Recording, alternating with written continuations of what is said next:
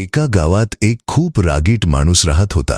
तो छोट्या छोट्या गोष्टींवरून चिडत असे आणि सतत सर्वांशी भांडत असे. एके दिवशी तो रागाने भगवान बुद्धांकडे गेला. तो भगवान बुद्धांवर ओरडू लागला, जेव्हा आपल्या सभोवताली सर्व काही चुकीचे घडत आहे तेव्हा तुम्ही इतके शांत कसे राहू शकता? तुम्ही भित्रे आहात. तुम्ही चुकीच्या गोष्टींविरुद्ध भांडू शकत नाही. भगवान बुद्ध हळूहळू आपले डोळे उघडतात. भगवान बुद्धांच्या चेहऱ्यावरील प्रेम, करुणा आणि शांती पाहून तो माणूस थोडा शांत होतो आणि तो भगवान बुद्धांना विचारतो, मी तुमच्यावर ओरडल्यानंतरही तुम्ही इतके शांत कसे राहू शकलात? भगवान बुद्धांनी त्याला विचारले, जर कोणी तुला काही भेटवस्तू दिली आणि तू ती स्वीकारली नाहीस तर ती भेटवस्तू कोणाकडे राहील? तो म्हणाला, अर्थातच ती भेटवस्तू देणाऱ्या व्यक्तीकडेच ती राहील. त्याचप्रमाणे जर कोणी तुम्हाला द्वेष, तिरस्कार किंवा राग देत असेल आणि जर तुम्ही ते स्वीकारले नाही तर त्या गोष्टी कधीही तुमच्या होणार नाहीत. ज्या गोष्टी तुमच्या नाहीत